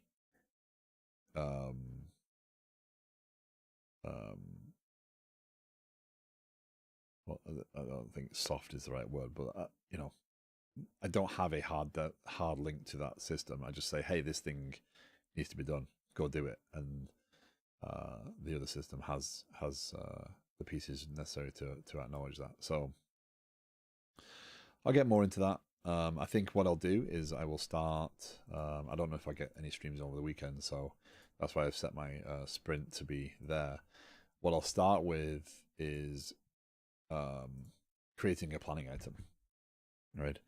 And again, I'm going to evolve these. Right now, this looks identical to Ticket, right? Actually, this doesn't look identical to Ticket because it needs an assigned user to be, right? Now it's Tickets, right? So this system initially is going to look exactly like Tickets. There's other things that I want to introduce in here: cycles, iterations, actual reviews. Like I want to implement processes of review inside of this piece, so that this can be a more focused product management piece, right? So work can be processed in here and then can be promoted to become a story when it's actually agreed that it is a story. That's kind of what I'm trying to do there. So I will start this on Tuesday. This piece. Well, no, I probably will start this piece over the weekend, but I'll be streaming it Tuesday, so I'll probably be a good way through the architectural components of it by Tuesday. On Monday, again, if you're interested, I am going to do a coding challenge. Right now, we have only a few votes. It is in the Discord. It is coding challenges. I've actually put a little puzzle piece attached to it.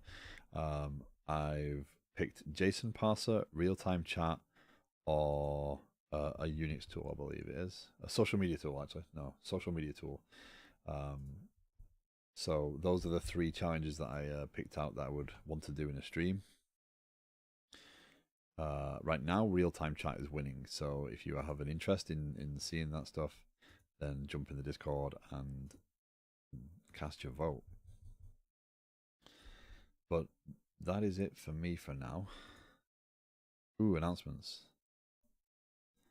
Yeah, so coding challenge Monday, then back to this on Tuesday. I'll get the planning items stuff started to be structured out over the weekend. Yeah, no worries. No worries, Chris Jones. Thank you for hanging out. You too. I'm sure I will. No, I'll see you in another stream later on, right? Because there's an anniversary stream happening. So if you all get the chance, Rambling Geek should. Let's see. Best do now. So Rambling Geek streams, right? He's trying to get back into it.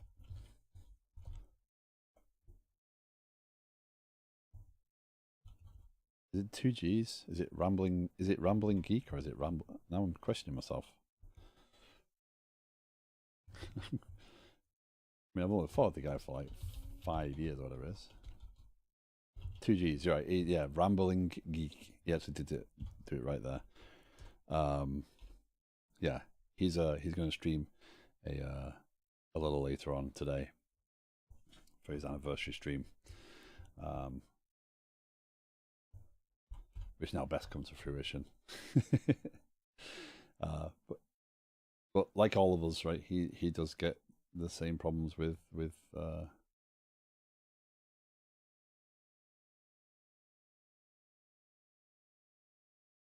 bit of imposter syndrome sometimes, so he doesn't stream all the time. But yeah, getting back to it, and he's it's always fun to watch his streams because he likes tinkering, and can highly recommend it.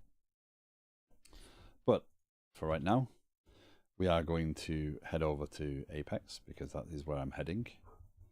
So please feel free to join me. You know, if you haven't been in there with me yet, Apex is building a game, and he's actually building all the components. He's been building behavior trees, he's been doing unit testing, he's been thinking about the design and going through all that. So I would highly recommend watching him. It is game development, so it is different, but it is a nice chill stream to go into, and I do like hanging out there. So, and I got to go walk a dog who's deciding that it's time to kick up a fuss. So thank you very much for joining me. Take care, have a great weekend, and I'll see you again on Monday.